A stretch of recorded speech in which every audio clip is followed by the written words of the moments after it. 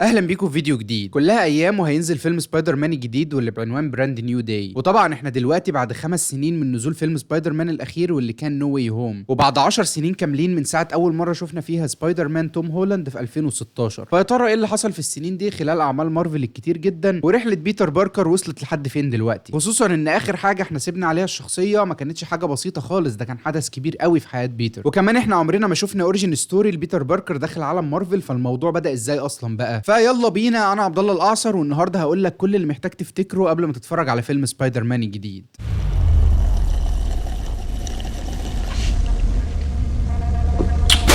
مبدئيا لازم اوضح كالعاده ان الفيديو ده مخصص للناس اللي شافت افلام مارفل قبل كده وناسي بعض الحاجات وحابب يفتكر كل حاجه قبل ما يشوف الفيلم الجديد. ما هواش ملخص تفصيلي للافلام ولا مناسب قوي للناس اللي ما شافتش توم هولاند كسبايدر مان قبل كده اصلا. فلو عندك وقت روح شوف الافلام اللي هنقول عليها دلوقتي، لانها افلام مسليه اصلا ومنها اللي جامد جدا كمان ما يتفوتش، وهي دي نفسها الافلام اللي هنغطي احداثها النهارده وهنحرقها كلها، فده تحذير لاي حد وصل لحد هنا في الفيديو. وخلي بالك كمان انا هحكي عن الاحداث اللي شفنا فيها بيتر باركر بس، لكن ما تنساش ان سبايدر مان جزء من عالم مارفل ككل، فعادي ممكن تلاقي في الفيلم الجديد شخصيات مختلفة ومفاجآت من افلام ومسلسلات تانية كتير، فحاجة زي كده محدش يعرفها بقى ومش هتكون عامل حسابك عليها بالكامل غير لو انت اتفرجت على كل افلام ومسلسلات عالم مارفل كلها قبل كده. المهم اهم الافلام اللي هنقول احداث منها النهارده هي الافلام دي: كابتن امريكا سيفل وور، سبايدر مان هوم كومينج، افنجرز انفينيتي وور، افنجرز اند جيم، سبايدر مان فار فروم هوم، وسبايدر مان نو واي هوم. فلو ما شفتش اي فيلم من دول خليك عارف ان احنا هنحرق كل حاجة دلوقتي.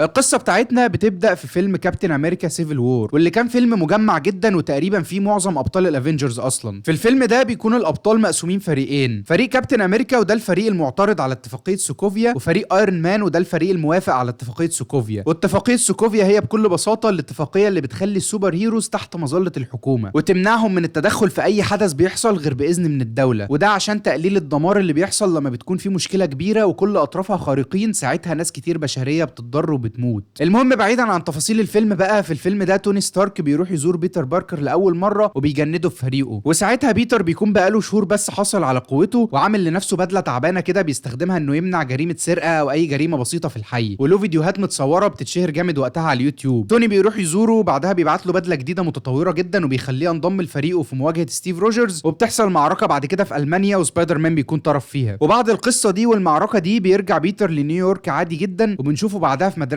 عايش حياته عادي ومفيش مهمات جديده بتجيله من طرف توني او الافنجرز. ساعتها بننتقل لفيلم هوم كومينج وبنتعرف على صاحب بيتر واللي اسمه نيد، والبنت اللي هو بيحبها من بعيد لبعيد كده واسمها ليز، والبنت صديقتهم في المدرسه واللي اسمها ميشيل جونز واللي مشهوره بام جي. فاكرين بقى احداث نيويورك اللي حصلت في 2012 في فيلم ذا افنجرز لما جت كائنات فضائيه كتير للمدينه بسبب لوكي وحصلت المعركه المعروفه دي؟ بعد المعركه دي ما خلصت بقى وخلال السنين اللي وراها اتبقى الحطام بتاع المركبات الفضائيه دي، وفي شركه كده او مجموعه من الناس كانت مسؤوله عن تنظيف المخلفات دي او جمعها باتفاق مع مجلس المدينه. الشركه دي بنشوف في بدايه الفيلم ان شغلها بيتوقف فجاه وبيتسحب منهم لصالح منظمه جديده اسمها ديبارتمنت اوف دامج كنترول، ودي هيئه عملتها الحكومه بالشراكه مع توني ستارك، وهدفها جمع حطام المركبات الفضائيه دي لغرض البحث العلمي ودراستها واستخدامها فيما بعد. طبعا الجروب القديم ده واللي كان برئاسه واحد اسمه ادريان تومز شغلهم بيتخرب وبيخسروا كتير جدا، لكن وقتها كانوا ما زالوا محتفظين ببقايا من الاسلحه والمركبات الفضائيه دي لسه ما اتسلمتش، وبيقرروا ان هم ما يرجعوهاش ولا حاجه ويشتغلوا عليها، يعملوا عليها شبه عمليه ريفرس انجينيرنج، وياخدوا القدرات الغريبه اللي موجوده فيها دي يصنعوا اسلحه اصغر ويبيعوها في السوق السوداء، وبيعملوا بيزنس وفلوس كتير من الموضوع ده. انا هنا مش عايز ادخل اكتر في تفاصيل الفيلم والاحداث اللي مع بيتر واصحابه والرحله اللي هيطلعوها وكل ده، لكن المهم هنا هو اننا عرفنا بعد شويه احداث ان ادريان تومز ده مصنع لنفسه بدله من الادوات المتطوره اللي معاه دي، وهي دي الشخصيه اللي هتتعرف بعد كده باسم ذا فولتشر. وبنعرف كمان ان الراجل ده في الحقيقه يبقى ابو ليز البنت اللي بيتر بيحبها. وطبعا بتحصل احداث كتير كده وعك من بيتر المبتدئ لسه، فبتحصل شويه مصايب في النص وتوني ستارك بيلحقه وبينقذ الموضوع كذا مره وبيلم الليله، وفي النهايه خالص بيتر بينجح وذا فولتشر بيتقبض عليه، والاسلحه اللي كان بيحاول يسرقها تاني من شركه ستارك بترجع للجهه المسؤوله عنها، وليز بتسيب المدينه خالص وعلاقتها هي وبيتر مش بتبدا اصلا ولا بيحصل فيها اي جديد، والبنت بتسافر كده كده. في نص الفيلم بقى بنقابل مشهد سريع لشخصيه ماك جارجن واللي معروف في الكوميكس بشخصيه سكوربيون، واللي هنشوفه في فيلم براند نيو داي موجود في الاعلان. في فيلم هوم كومينج هنا بيكون بيشتري اسلحه من فولتشر وسبايدر مان بيبوظ الصفقه وسكوربيون بيتقبض عليه، وفي نهايه الفيلم خالص بنشوف سكوربيون وفولتشر بيتقابلوا في السجن، والاتنين طبعا بيكرهوا سبايدر مان جدا، لكن رغم ان فولتشر عارف هويه سبايدر مان الحقيقيه وان هو بيتر باركر، لكن بنشوفه بيرفض يقول ده لسكوربيون ومش بنفهم ليه، والفيلم بيخلص هنا.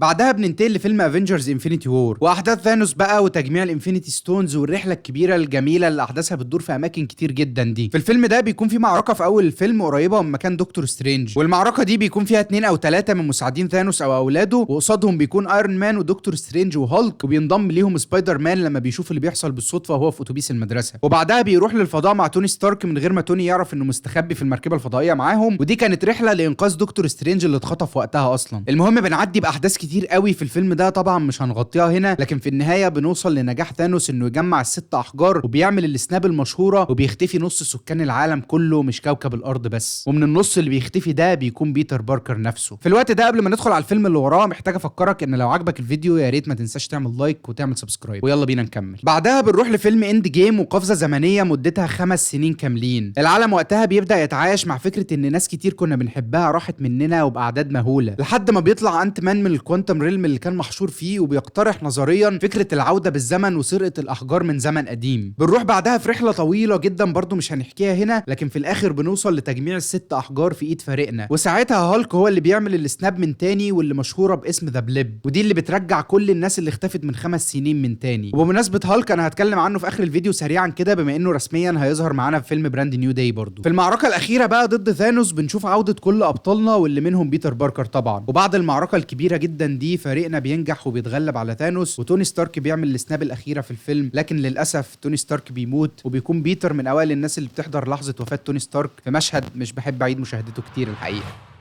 بنروح بعدها لفيلم سبايدر مان فار فروم هوم، وده كان اول فيلم على طول ينزل بعد اند جيم. في الفيلم بنلاقي بيتر بيحاول يتعافى بصعوبه جدا من فكره فقدان توني ستارك للابد، وتعبان وعايز يفصل من كل حاجه، ومدرسته مطلعه رحله اسبوعين لاوروبا، فبيطلع الرحله دي وبيطنش اي مكالمات بتجيله من نيك فيوري في الوقت ده لانه عايز يقضي رحله عاديه لذيذه. بنعرف كمان ان توني سايب لبيتر نضاره متطوره جدا واسمها ايديت، وليها وظايف كتير جدا وبتقدر تتحكم في درونز وتعمل هاكينج على اي حاجه، وفيها اي زي اللي جوه البدله بتاعت توني كده، وبتتحكم في نظام صواريخ متطور جدا جاي من اقمار صناعيه وحاجات كبيره قوي كده. وفي بدايه تجربه بيتر ليها بالغلط كان هيضرب صاروخ على باص المدرسه اللي فيه كل اصحابه، لكن بيلحق يلم الموضوع بالعافيه على اخر لحظه. المهم بيتر في رحلته دي لما بيوصل ايطاليا بيظهر هناك وحش كبير جدا من الميه وبيدمر المدينه، واللي بيوقف الوحش ده هو شخصيه جديده خارقه واسمه كوينتن بيك، واللي هيتشهر باسم ميستيريو. المهم بعد احداث كتير كده ميستيريو بينقذ الناس من وحوش اخطر، وبيبدا الناس يشوفوه على انه بطل جديد، ونيك فيوري نفسه بيطلب منه انه يشتغل معاهم، وانه لسه في اكيد هتقابلنا مخاطر جديده فاحنا محتاجينك معانا. بعد فتره بيتر بيحب ميستيريو اكتر وبيثق فيه اكتر، وبيشوف انه شخص يستحق ياخد حاجه زي النضاره المتطوره جدا دي، لانه شخص اقوى وافضل وهيعرف يستخدمها صح، وفعلا بينقل له التحكم في النضاره وبيديها له. وهنا بنشوف التويست بقى ان ميستيريو ده مش بطل خارق ولا حاجه، وان كل دي كانت خطه من الاول. ميستيريو ده او كوينتن بيك كان شخص شغال في شركه توني ستارك، واترفد بسبب اختراع هولوجرامي كده كان عامله وكان فاشل في نظر توني، وتوني ستارك بعدها حول اختراعه ده لتجربه علاج نفسي بالوهم كده او الهولوجرام، وكان بيتريق عليها ومسميها اسم تعبان اصلا. ومن بعدها كوينتن بيك هو وفريق من اللي بيكرهوا توني ستارك عملوا قصه ميستيريو دي، واللي هي عباره بكل بساطه عن درونز متطوره جدا بتعمل هولوجرام او وهم شبه الحقيقي بالظبط، لكن طبعا بتعمل دمار وانفجارات وبتكسر في الاماكن فعليا، ما هياش وهم وبس يعني. ويطلع ميستيريو بقى كانه بيقضي على الوحوش دي ويظهر في صوره البطل كل مره قدام الناس، لحد ما بيكسب ثقه نيك فيوري والراي العام، والاهم ثقه بيتر اللي بيديله النضاره فعلا زي ما كان متخطط للموضوع في الاول، لان النضاره دي هي كانت الهدف اصلا. وبالنضاره دي وبجيش الدرونز اللي موجود في الساتلايتس اللي من صناعه شركه ستارك، ميستيريو بيستخدمها عشان عمليه كبيره في لندن ووحش جديد يدمر المدينه، وهو يطلع ينقذها وفي نفس الوقت يقتل بيتر. لكن بيتر بعد حوارات كتير جدا بيعرف يكسب المعركه دي في الاخر، ولكن واحده من الدرونز دي بتقتل ميستيريو بالغلط، بيتر ما بيتعمدش ان هو يقتله. وبنشوف بعدها كمان بيتر وام جي بيعترفوا لبعض بحبهم، وبتبدا علاقتهم سوا من نهايه الفيلم ده، وبيخلص الفيلم على كده. لكن في المشهد اللي بعد تتر النهايه بتحصل حاجه مهمه جدا، بيتصرف فيديو الميستيريو متسجل قبل ما يموت بدقايق، وبيقول في الفيديو ده ان سبايدر مان هو اللي كان متحكم في جيش الدرونز اللي عمل معركه لندن، وانه كان عايز يقتل ميستيريو بدون اي سبب. ومش بس كده، ده بيفضح هويه سبايدر مان الحقيقيه، وبيقول للناس كلها ان سبايدر مان يبقى هو بيتر باركر.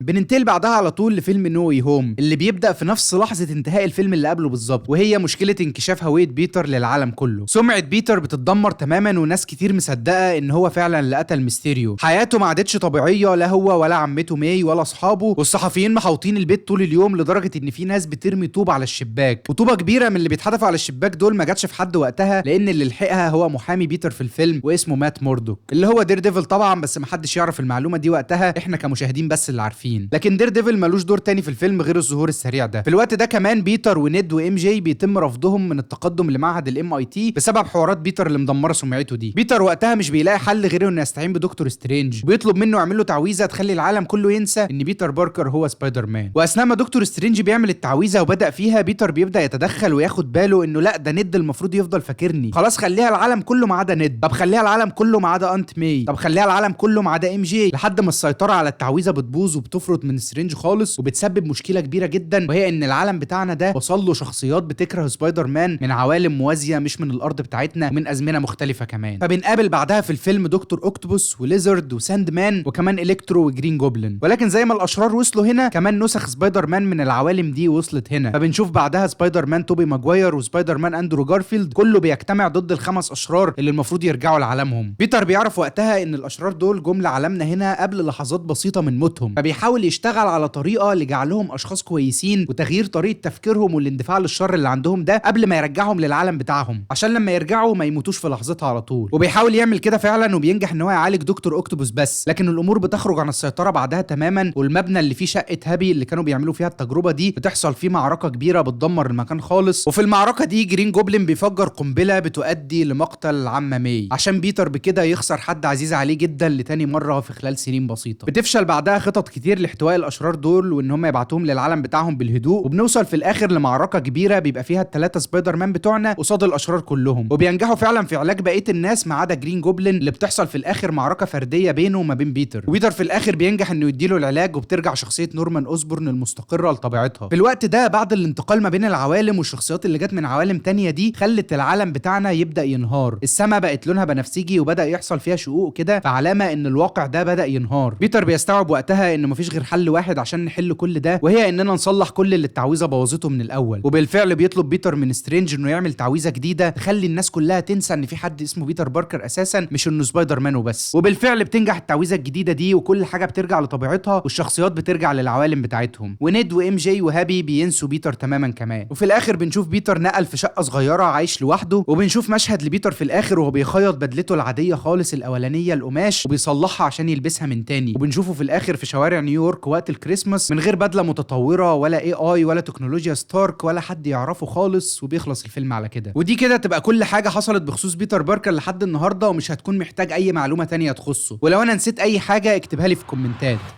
اما بالنسبه لهالك فده ريكاب سريع كده ايه اللي حصل له في اخر الاحداث. في الفتره من 2015 ل 2017 كده كان هالك خارج كوكب الارض تماما، وكان تحديدا مع ثور في كوكب سكار. ومن بعد احداث فيلم ثور راجناروك فضل هالك موجود مع ثور برضه لحد اول مشهد من فيلم انفينيتي وور لما ثانوس بيقتل لوكي وبيدمر كل الناس اللي كانت مع ثور، وساعتها هالك بيحاول يحاربه لكن بيفشل تماما وثانوس بيرميه للارض وبيقع جوه السانكتوم سانكتورم بتاع دكتور سترينج، وبنشوفه ساعتها بيرجع لهيئته البشريه كبروس بانر. وطول فيلم انفينيتي وور مش بيعرف يرجع يتحول لهالك تاني، حتى انه في المعركه الاخيره اللي في واكاندا بيحارب جوه بدله معدن ضخمه كده. بعدها وفي الفجوه الزمنيه الخمس سنين اللي بين انفينيتي وور واند جيم، بروس بانر ما كانش اختفى في السناب ولا حاجه، وبينجح وقتها انه يعمل اختراع كده يخليه يقدر يعيش كبروس بانر وهالك في نفس الوقت. وبنشوف ساعتها شخصيه بروفيسور هالك الموجوده طول فيلم اند جيم واللي هي قويه جسمانيا لكن مستقره عقليا، ودي نفس الشخصيه اللي بنشوفها كدور مساعد في مسلسل شي هالك. بعدها مش بنشوف الشخصيه خالص تاني لحد ما بنشوفه دلوقتي في اعلان فيلم سبايدر مان براند نيو داي، وبنشوفه في الاعلان في هيئته البشريه كبروس بانر لكنه لابس جهاز في ايده مخليه يفضل على الحال ده، وبيقول في الاعلان انه لو خلع الجهاز ده تقلق منه بقى. وفي لقطه تانية بنشوفها في الاعلان فعلا وهو خالع الجهاز وبنشوفه من ظهره كده وهو بيكبر وبيتضخم وبيتحول لهالك القديم. اما بالنسبه لشخصيه فرانك كاسل او ذا بانشر فانا لسه ما كملتش فرجه على بقيه مواسم دير ديفل ولا شفت مواسم ذا بانشر، فمش هحرق اي حاجه تخصه خالص لا على نفسي ولا عليكم. بس كل اللي محتاج تعرفه حاليا انه شخص مخضرم عسكريا وكان جندي سابق وعنده قدرات قتاليه عاليه جدا وبيحارب الجريمه بنفسه بقاله سنين وتقدر تعتبره فيجيلانتي كده، وما عندهوش اي قدرات خارقه، ما هوش سوبر هيرو، وهو جزء من عالم مسلسلات مارفل نتفليكس اللي فيها دير ديفل وجيسيكا جونز وبانشر وغيره، واللي المسلسلات دي بقت جزء من عالم مارفل دلوقتي. لو عندك وقت لازم تتفرج عليها خصوصا قبل مثلا دومز داي اللي جاي قريب. وطبعا لو وصلت لحد هنا احب اشكرك جدا، لو عجبك الفيديو ما تنساش تعمل لايك، لو تحب تشوفني تاني اعمل سبسكرايب وهتلاقي كل اللينكات في الديسكريبشن. وبس كده،